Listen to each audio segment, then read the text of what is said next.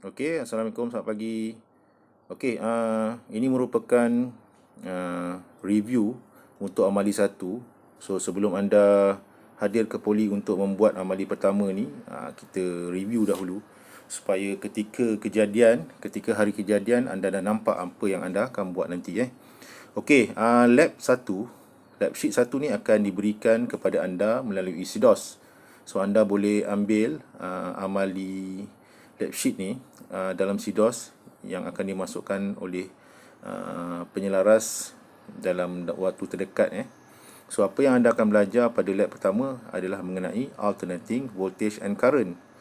So, ini merupakan lab sheet anda, tetapi untuk tujuan penerangan hari ini, saya dah ubah sedikit supaya saya dapat masukkan simple note untuk anda faham. Okey, sebelah kanan tu itulah gelombang arus ulang-alik. Kalau awak tengok, dia ada kitar positif dan ada juga kitar negatif. Dan macam mana yang kita panggil dia satu cycle juga, dekat situ dalam gambar raja itu telah ditunjukkan. Untuk kelas saya dah ceritakan pada kelas yang pertama. Saya rasa rakan-rakan seperjuangan saya, pensyarah-pensyarah di ET 233 yang lain juga mungkin telah menerangkan pada kelas pertama hari itu. Okey, kalau anda perasan, terdapat dua bulatan yang saya bulatkan dalam kotak practical work assessment dan juga individual teamwork skill. Okey, anda nampak pada di hadapan anda sekarang ni. Kalau anda perasan video course outline, saya ada menceritakan mengenai CLO2, CLO1 dan CLO3. So, apa yang anda dapat kat sekarang ni adalah CLO2 dan CLO3. Kebiasaannya CLO2 ni lebih kepada praktikal, manakala CLO3 kita judge para pelajar kita melalui individual teamwork skill. Maksudnya lebih kepada sasia anda lah. So, jangan ingat anda datang ke poli, anda buat kerja, anda siapkan lab dengan bagus, tetapi kita tak menilai anda dari segi sasia. Kita juga nilai dari segi sasia anda. So, saya harap awak faham. Saya dah ceritakan dalam video course outline tempoh hari. Okey, untuk amali bersama dengan saya wajibkan pelajar saya hantar secara individu. Saya rasa kemungkinan kelas-kelas lain ataupun program-program lain juga menggunakan kaedah yang sama kan. Tetapi bergantung kepada pensyarah masing-masing. Untuk kelas saya, memang saya menggunakan kaedah menghantar lab secara individu. Okey, tanpa membuang masa, kita terus kepada slide yang seterusnya. Okey, di dalam lab sheet, setiap penyelaras akan memasukkan learning outcome objektif untuk lab yang kita akan buat, termasuk juga sedikit teori. Kalau ikutkan asas gelombang AC ini telah saya terangkan sebelum ni, tetapi ketika kelas amali kita akan terangkan semula kepada para pelajar. Okey, kalau anda tengok dekat hadapan anda sekarang ni, gelombang AC ada jenis yang sinusoidal, ada yang jenis petak dan ada juga yang bentuk RAM. Okey, anda akan menggunakan dua perkakasan utama hari ini, iaitu osiloskop dan juga function generator termasuk probe. So, kalau ikutkan anda dah kenal osiloskop dan function generator pada semester pertama, jadi apa yang kami harapkan juga, dua benda ni bukanlah asing bagi anda sebab anda dah rasa, dah lalui, dah ambil feel bagaimana penggunaan osiloskop dan function generator untuk amali untuk di ET 233. Okey, saya harap anda clear setakat ni. Kita dah terangkan teori sebelum ni. So, sekarang ni kita akan apply adakah teori dan amali itu sama. Okey, tanpa membuang masa, terus kepada apa yang anda akan buat hari ini. Okey, cuba anda tengok apa yang anda akan buat hari ini. Untuk first amali hari ini, anda akan buat calibration. Kalau bahasa Melayunya biasa kita sebut penentu ukuran. So, anda akan menggunakan osiloskop dan probe, dan kita akan calibration probe tu supaya hasil dapatan output yang kita dapat tu tepat dan baik. Itu kalau ikutkan dalam video ni saya sertakan gambar macam mana proses untuk kita membuat penyambungan probe. So, kita akan letakkan probe yang tu kepada channel 1. Manakala untuk kepala probe merah dan hitam, tetapi merah kita akan clamp ataupun kita letakkan kepada calibration slot yang ada pada oscilloscope. Untuk wayar hitam pula kita biarkan tidak disambung ke mana-mana. Okey, apa yang anda akan dapat selepas anda buat penyambungan, gelombang yang anda akan dapat confirm berbentuk petak seperti yang saya tunjukkan dalam gambar raja ni. Mesti anda dapat gelombang macam ni. Kebiasaannya kita akan set dia punya ketinggian dia 2 volt dan juga kemungkinan kita punya frekuensi kita akan set 1 kHz.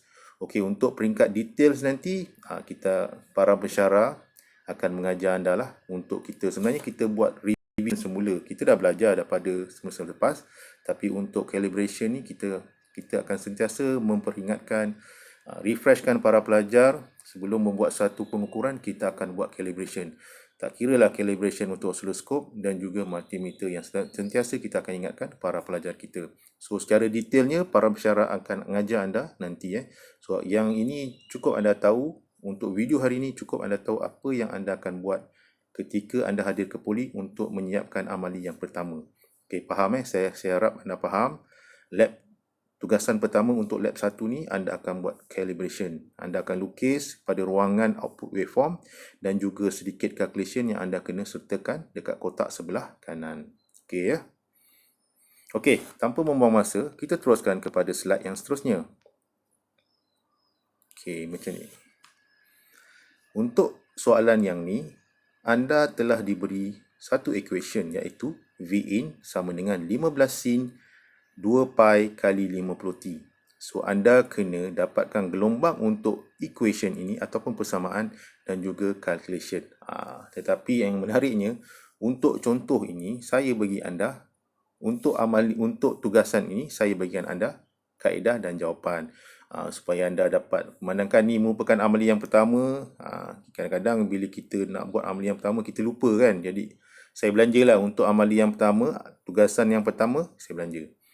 Okey, apa yang saya nak share dengan anda dekat sini, kalau anda tengok sebelah kanan anda sekarang ni, Vin sama dengan 15 sin dalam kurungan 2 pi kali 50t. Okey, nampak tak pada angka 15 terdapat arrow di sebelah bawah tu menunjukkan 15 volt 15 iaitu adalah voltan puncak ataupun VP, voltan peak, VP. So nilai VP adalah 15 volt. Kalau katalah di equation tu Vin sama dengan 30, maka 30 adalah nilai voltan puncak. Okey, bagaimana pula dalam kurungan?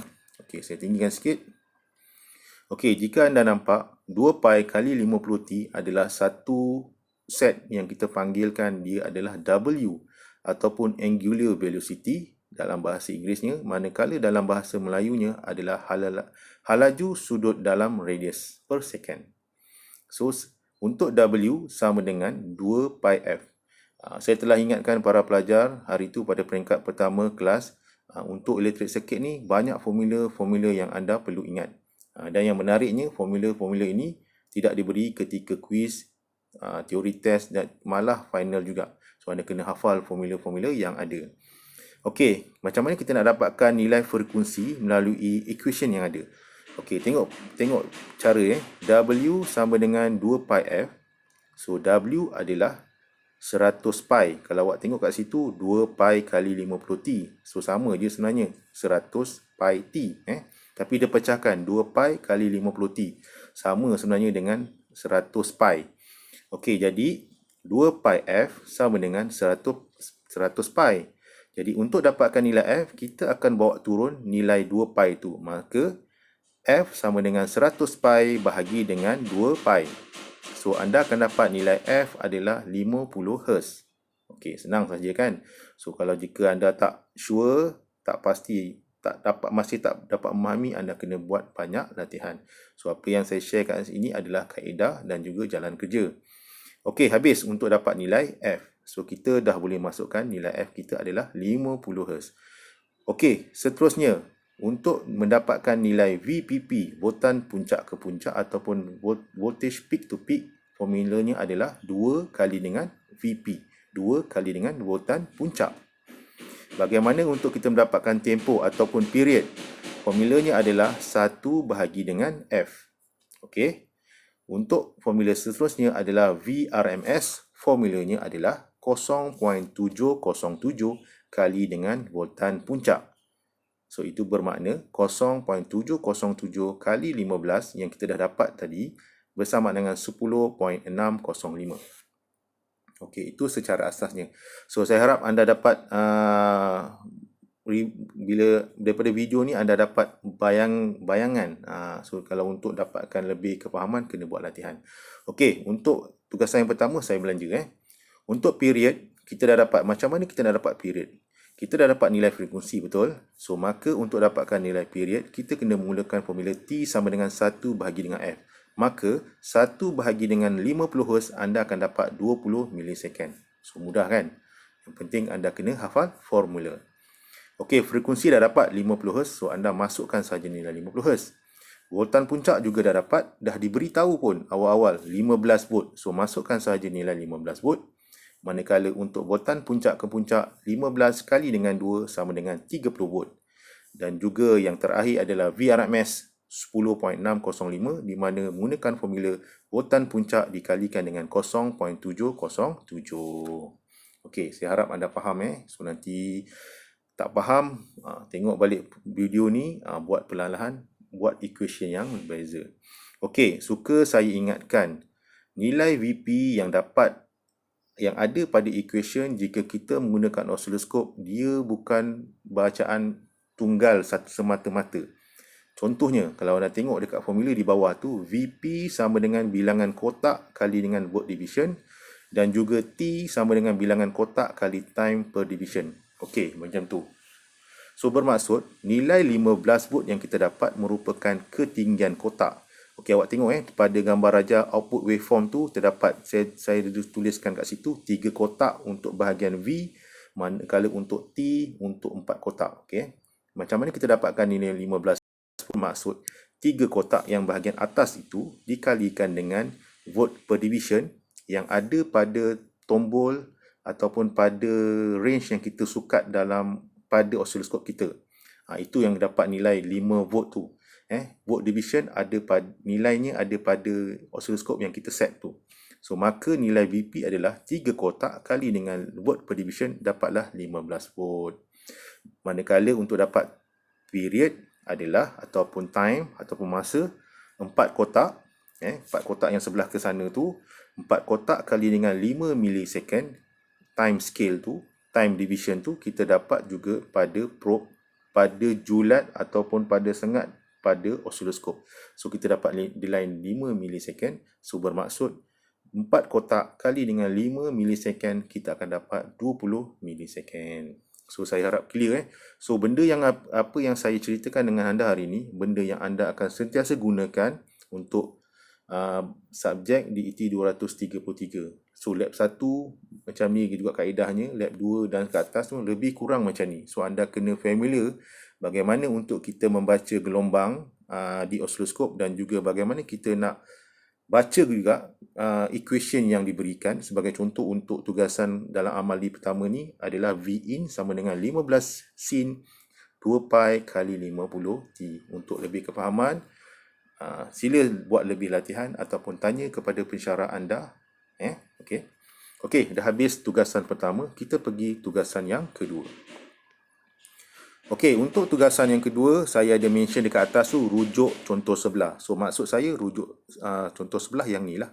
Sebab sama sahaja kaedah dan caranya. Okey, untuk soalan yang ni, dia menukarkan gelombang sine kepada square wave. Untuk kali ni, lain pula. Kali ni dia tak bagi anda equation, tetapi dia bagi anda data-datanya. Contohnya, kalau anda tengok pada kotak calculation, dia bagi anda T, period atau masa, iaitu 10 milisecond. Dia juga memberikan anda nilai voltan puncak 10 volt. So macam mana anda kena bangunkan equation ataupun persamaan, dan juga anda kena cari gelombang menerusi osiloskop. So VP T masih menggunakan kaedah yang sama, bilangan kotak kali volt per division, dan juga T atau period menggunakan formula bilangan kotak kali dengan time division. Untuk soalan ni saya belanja anda equation yang terakhir. So macam mana dapat equation terakhir, anda kena cuba kena cuba. So equation dia adalah 10 sin 200 pi per t. Itu jawapan sebenar. Untuk tugasan kedua, lab pertama ni saya belanja untuk formula untuk equation ataupun persamaan sahaja. Formula yang lain masih sama. F sama dengan 1 per T. VPP sama dengan 2 kali voltan puncak. Manakala untuk VRMS formulanya masih lagi 0.707 kali voltan puncak. So kalau anda tak faham juga macam mana nak buat, boleh rujuk video ataupun nota yang telah saya coretkan bahagian atas tu untuk contoh gelombang sains. Okey? Saya harap cuba anda kena cuba supaya bila anda kembali ke poli untuk buat amali pertama, anda dah mudah. Sebab untuk amali pertama, kita akan jalankan secara face to face. Untuk amali yang lain nanti, saya akan buat video untuk memberi anda idea ataupun bayangan apa yang anda akan buat. Supaya bila anda sampai ke poli, anda dah tahu nak buat apa. Okey Kita teruskan kepada discussion. Dah nak di hujung dah ni. Kita punya slide pagi ni. Okey, discussion ada 2 soalan. So, setiap soalan bernilai 5 markah. So, dia berikan anda satu cerita dan anda kena selesaikan. Maksudnya, anda kena berdasarkan equation yang anda dapat pada tugasan pertama dan tugasan kedua. Okey, based on sinusoidal equation. So, bermaksud V in sama dengan 15 sin sama dengan 2 pi kali 50T. Tetapi dia suruh anda mengira nilai V ketika masa sama dengan 9 milisecond. Okey, saya dah buat kat situ sikit supaya anda boleh buat, supaya nampak apa awak nak buat. So, anda masukkan nilai T yang ada tu kepada nilai 9 milisecond. So, bermaksud 15 sin dalam kurungan 2 kali pi kali 50 kali dengan 9 milisecond. So, teruskanlah sampai dapat jawapan. So, boleh bincang nanti sama ada nak bincang dengan rakan-rakan seperjuangan anda ataupun jika anda dah dapat jawapan nak tanya sama ada betul dengan pensyarah, dipersilakan. Untuk soalan kedua pula, kita dah dapat juga equation dia di mana V in sama dengan 10 sin dalam kurungan 200T tambah 0.4. 0.4 sebab dia kata and assuming the voltage have leading 0.4. So sebab tu dia ada equation tu 0.4. Dia tambah 0.4 sebab dia kata leading. So maksudnya untuk menyelesaikan soalan ni anda kena tukar T kepada 12 milisecond pada equation tu. Bermaksud 10 sin kali dengan 200 10 sin dalam kurungan 200 kali 12 milisecond tambah 0.4. So, untuk menyelesaikan equation ni, anda kena buat satu per satu. Anda kena selesaikan 200 kali 12 milisecond. Dah dapat nilai tu, baru tambah dengan 0.4. Selesai nilai yang tu, baru anda convertkan kepada sin dan akhir sekali kali dengan 10. Okey, saya harap benda ni kena banyak buat latihan. Memang mungkin peringkat pertama ni anda macam tak nampak lagi bayangan ataupun tak dapat lagi dia punya momentum dia, tapi kena banyak latihan. Banyak latihan supaya anda dapat memahami kaedah dan caranya dengan cepat. Okey, yang terakhir untuk saya mengakhiri video ni, kita pergi kepada kesimpulan ataupun conclusion. So tengok kita tengok pada nilai markahnya 10 markah. Banyak tu. So untuk dapatkan markah yang baik, markah yang bagus, untuk memastikan lab sheet ataupun lab anda punya markah baik, pastikan conclusion anda based kalau kita tengok tu dia tulis based on work performance. So tolong buat yang bagus, buat yang baik berdasarkan, mungkin anda nak tambah sikit banyak pasal nota ataupun teori dalam conclusion kan, dipersilakan, tak ada masalah.